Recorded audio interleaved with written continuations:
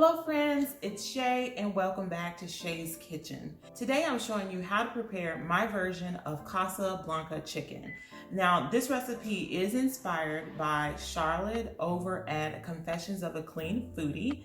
I will link the original recipe down below. I simply just looked under Pinterest and just looked for new chicken recipes for my family to try.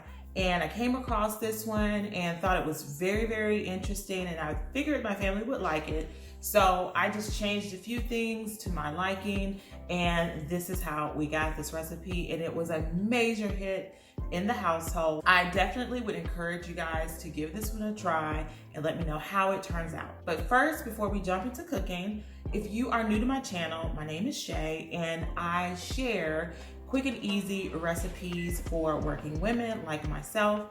I understand the frustrations with having to work a long day and then have to come home and plan, or I should say, possibly plan a meal and then prepare that meal. So this is to inspire you, one, to cook and to give you new ideas. So if you like this video, definitely go ahead and hit the like button.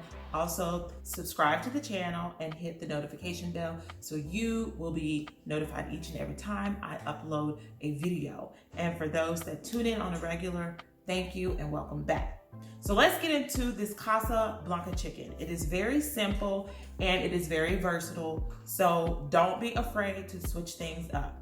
So I'm starting out with 2 large chicken breasts and about 4 regular size boneless, skinless chicken thighs. And let me say that the chicken breasts are boneless, skinless as well.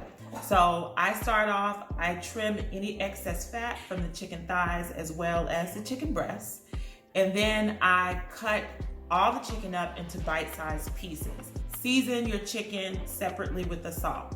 The reason I like to do the salt first instead of mixing it in with the additional seasonings is because I can control the salt and I can see what chicken has salt and what chicken does not have salt. That's kind of how I eyeball it, but definitely do this to your taste. You can use as much salt as you want or as a little salt. Now you want to go ahead and dump your spices in the bowl with the chicken, with the salted chicken. And you just want to fully incorporate this. You know, make sure that you get it all on the chicken, guys. I cannot stress this enough. You can add just a little drizzle of oil if necessary to get it like moving if it's needed. Just depends on if your chicken is wet or if it's completely dry, and I like to pat mine dry. So just take your time, get in there with your hands if you need to. If you have a good pair of tongs like I do, you can just do it that way, but just continue to do it until you know it is incorporated very well on all that chicken that you have.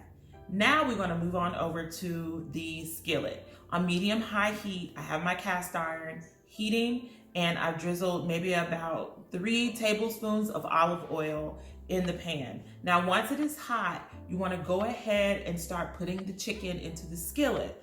Now, you want to make sure that you do not overcrowd the pan. And I say this in every video that I do where there is chicken or some kind of meat in the pan. I cannot stress it enough, guys. Do not overcrowd the pan because it affects the way the chicken is going to be able to cook while it's in that pan. So as you can see, I'm just using 1 piece of chicken at a time or several pieces and then spreading them out.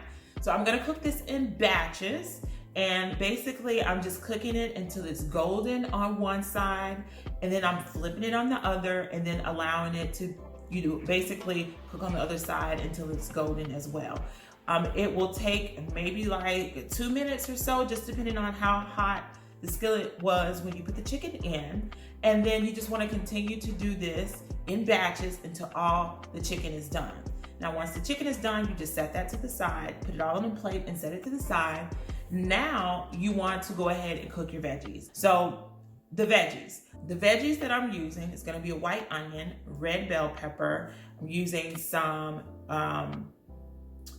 cilantro. I don't know why I cannot remember cilantro, and we're also using some garlic cloves, about 2 to 3 teaspoons of garlic, and that's minced garlic. And then we are also have some scallions, and that's optional if you want to do so. But what we're going to be cooking first are the onions and the bell peppers and the minced garlic. So you want to dump that into the pan with the drippings. You can add maybe about a tablespoon of extra oil just so that it has enough oil to saute up in. And you want to cook those, I would say, no more than 2 minutes, because you don't want them to overcook. You still want them to be al dente, if that can even be used for vegetables.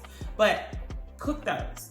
And then after those 2 minutes, now you want to go ahead and deglaze your pan with about a cup of chicken stock. So pour the cup of chicken stock in, and then use a spatula just to scrape off the bottom. So all of those good seasonings that were stuck and the chicken that was stuck, that was left over, you just want to deglaze that. So take your time to do all of that. Now, after you've done that, you want to now transfer your chicken back into the pan. And now you also want to add your cilantro. And you want to give that a good stir, okay? A really, really good stir. Now you just want to cover it and let it cook. And I would say let it cook about 15 minutes or so, just so that it can reduce a little bit, but also so that all those seasonings can really, really marinate into the juice. And that's just really what's going to give the broth a really, really, really good flavor.